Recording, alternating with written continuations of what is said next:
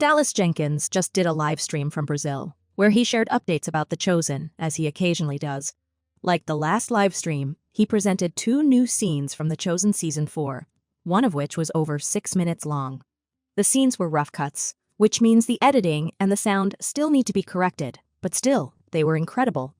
Especially the first one, which was emotionally moving. I want to analyze them with you to see what these scenes tell us about the 4th season. Here we go.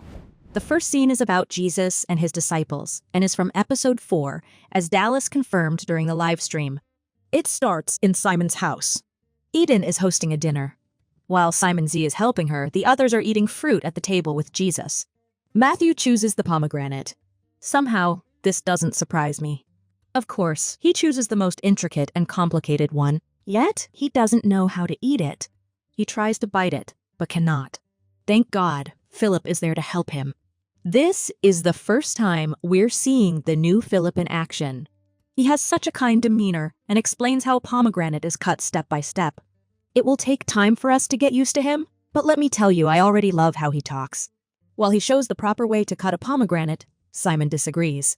He argues that just cutting the fruit in half and picking out the seeds would be easier, but Nathaniel questions whether Simon was raised by wolves because he believes that's not the proper way at all. Simon almost agrees and says, "You might say that. Here, an exciting thing happens." Andrew calls Simon by his new name, Peter. This means the name change for Simon already happens in one of the first 3 episodes of Season 4. We will see the scene where Jesus gives Simon a new name at Caesarea Philippi. This part is also interesting because it opens up a question about Simon and Andrew's parents. Why didn't they do a good job raising their kids? As Andrew says later in the scene, they didn't even teach them how to cut a pomegranate properly. Back to the scene. While the apostles debate the right way to cut a pomegranate, we see Jesus with a tired look. He almost looks annoyed at what he is hearing. Perhaps he even thinks it's a childish debate. He looks at Eden with an exhausted glance, and Eden smiles at him. Jesus then gets out of the house to probably catch his breath. Thaddeus and little James prepare lemons and dill outside the home, probably for Eden's dinner. Jesus goes to sit between them, and a powerful conversation happens among them. Jesus asks if they ever missed the days when it was just all 3 of them before he called on his other disciples. As you know, in the show, little James and Thaddeus were Jesus' first disciples. The 2 look like they miss those days, and Thaddeus even says so, but he also knows they shouldn't be selfish to wish others don't get the gift of having Jesus as a company. Then, little James asks if they're going to stay in Capernaum or leave for somewhere else because, apparently, Jesus had frequently talked to them about the time when he won't be there anymore and told them he has to suffer at the hands of the elders and the chief priests, but those people are not in Capernaum. They're in Jerusalem. Here, Jesus confirms that they will soon travel to Jerusalem and things won't be easy there. But what caught my interest was the wording used by little James. It seems to have been taken from the Gospel of Matthew, where Jesus is said to talk about how he must go to Jerusalem and suffer many things from the elders and chief priests and scribes, and be killed and then raised. But this is also the part where Simon Peter refutes Jesus and doesn't believe the things he says will actually come true. But Jesus responds with a famous phrase, "Go behind me, Satan," because he thinks the devil makes Simon Peter doubt him.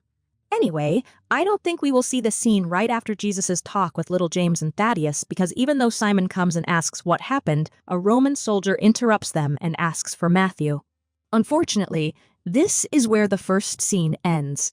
I'm glad to see an entire scene with little James and Thaddeus.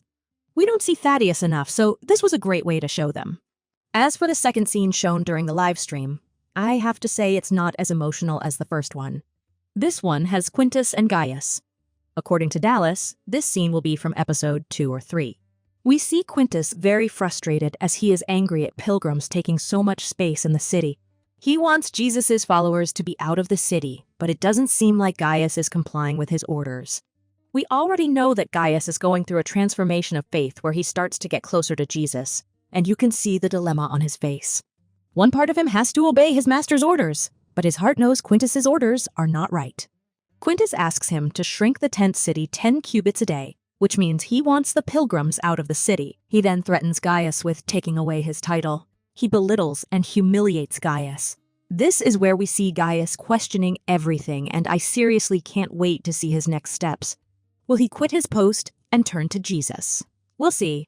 These were the 2 scenes from the live stream. I will update you as soon as we get more scenes from the new season or other essential pieces of information. Did you like the scenes?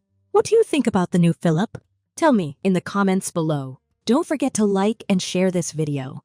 Subscribe to next season for more videos like this. See you soon.